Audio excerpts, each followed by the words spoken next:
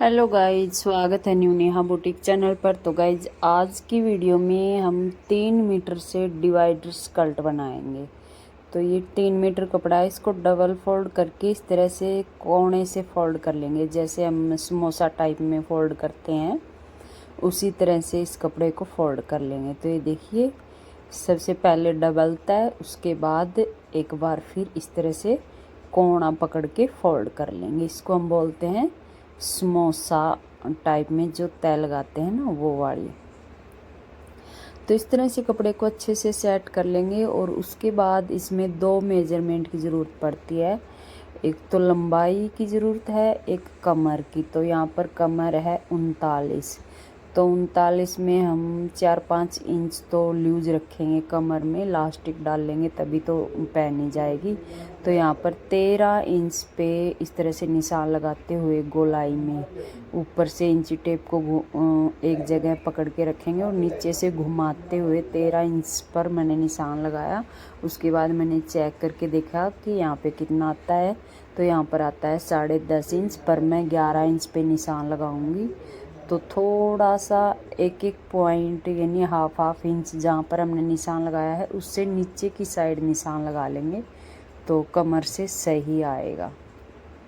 क्योंकि अगर कमर से ज़्यादा फिट रहेगा तो भी पहना नहीं जाएगा, इसलिए हमें 4-5 इंच तो लूज यहाँ से रखना पड़ेगा। उसके बाद यहाँ से 1 इंच की बेल्ट लगेगी, 1 इंच ऊपर इंची टेप को निकाल के फिर लंबाई नापेंगे। तो मैं यहाँ पे लंबाई का निशान लगाऊंगी 39.5 इंच पे, क्योंकि नीचे पीको करना है। तो आधा इंच पीको के लिए ले लिया और 39 इंच तैयार हो जाएगा।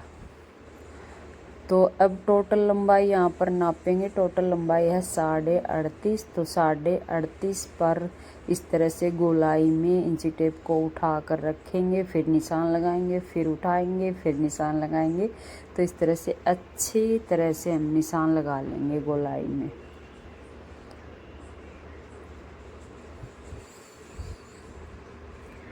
तो इस तरह से निशान लगाने के बाद इसका आसन का निशान लगाएंगे 13 इंच। तो ये देखिए, पूरे में यहाँ तक हमने निशान लगा लिया।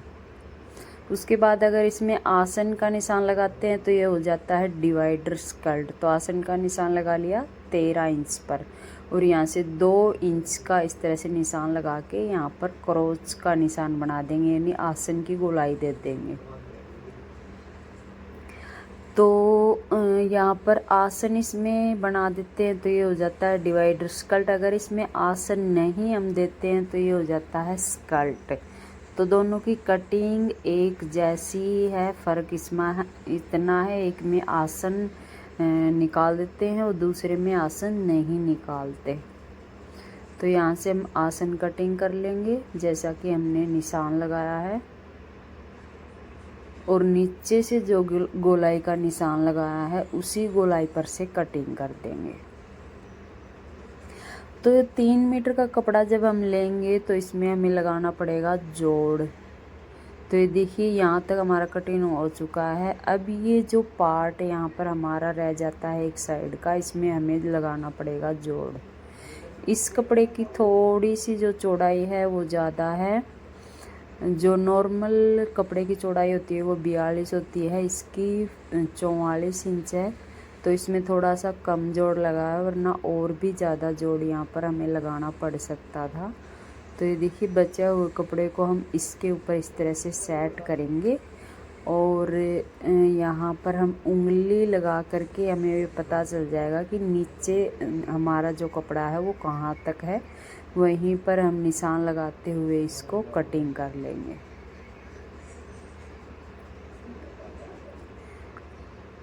तो यहाँ पर हमने निशान लगा लिया है और उसी के हिसाब से जो ये एक्स्ट्रा कपड़ा है उसको कटिंग कर देंगे।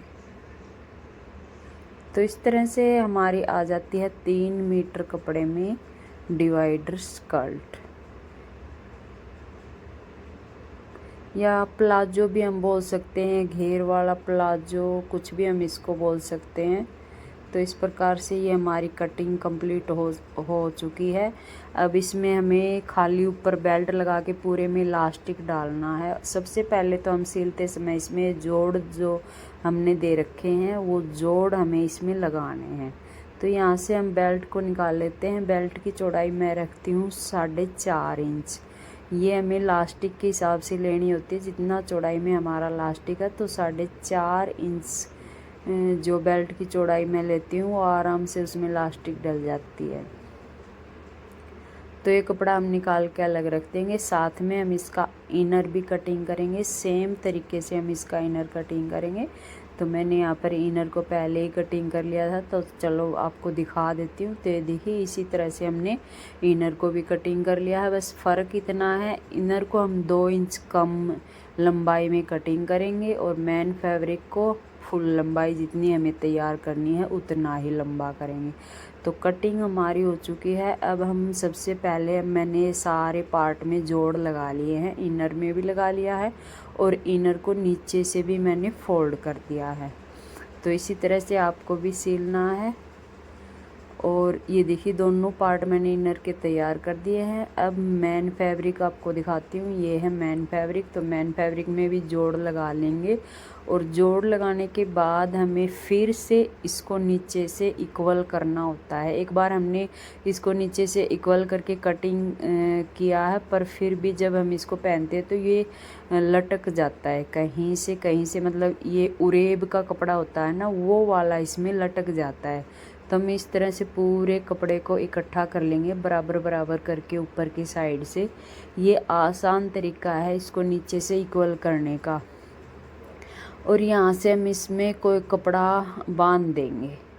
तो दोनों पार्ट ऐसे ही बांध लेंगे, दोनों को आसन से पकड़ के, आसन से नहीं सॉरी, जो कमर का एरिया होता है उससे पकड़ के बराबर बराबर पकड़ के और बांध के इस तरह से हम पकड़ के जहाँ से कपड़ा लटकना होता है ना वो यहाँ पर लटक जाएगा और जो लटकना नहीं होगा वो वहीं पर रहेगा। तो इस तरह से हम इसको खींच के हल्के हल्के हाथ से इसको बढ़ा लेंगे। जितना इसको बढ़ना है यहीं पे बढ़ जाएगा, बाद में पहनते समय ये परेशान नहीं करेगा, लटके नहींगा। तो इस तरह से देखिए हमारा कपड़ा कितना ऊपर नीचे हो चुका है, कहीं से छोटा कहीं से बड़ा। तो इस तरह से इसको सेट कर लेंगे। अब इंची टेप से इससे फिर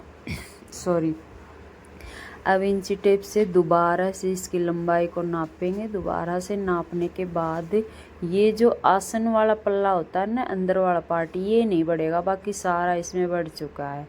तो दोबारा से हमें 38.5 पे निशान लगाते हुए पूरे के ऊपर निशान लगा लेंगे। अभी आप देखना हमने ये बराबर से कटिंग किया था कटिंग करते समय और हमारा ये इतना लटक चुका है। तो इसको बराबर करना बहुत ज़रूरी है, वरना ये नीचे से इतना बेकार लगता है, पहनते समय बहुत ही गंदा लगता है। तो ये देखिए निशान जहाँ पर मैंने लगाया है वहाँ पर हम इसको इस तरह से कटिंग कर लेंगे। तो ये हमने बराबर कर लिया। अब फिर से चेक करेंगे, अगर आपके पास कोई पकड़ने वाला बंदा है, मतलब कोई दूसरा बंदा है, तो उसको इस तरह से ऊपर करके पकड़ा के फिर भी आप इसको कटिंग कर सकते हैं। मेरे पास ऐसा कोई बंदा नहीं है इसको पकड़ने वाला, तो मैंने सोचा खुद ही मैं इसको कटिंग कर लेती हूँ। तो एक बार 2 बार मैं इस तरह से उठा करके इसको अच्छे से चेक कर लेती हूँ, कहीं पे कोई छोटा बड़ा तो नहीं रह जाता है। तो अच्छे से हम इसकी गोलाई कर लेंगे।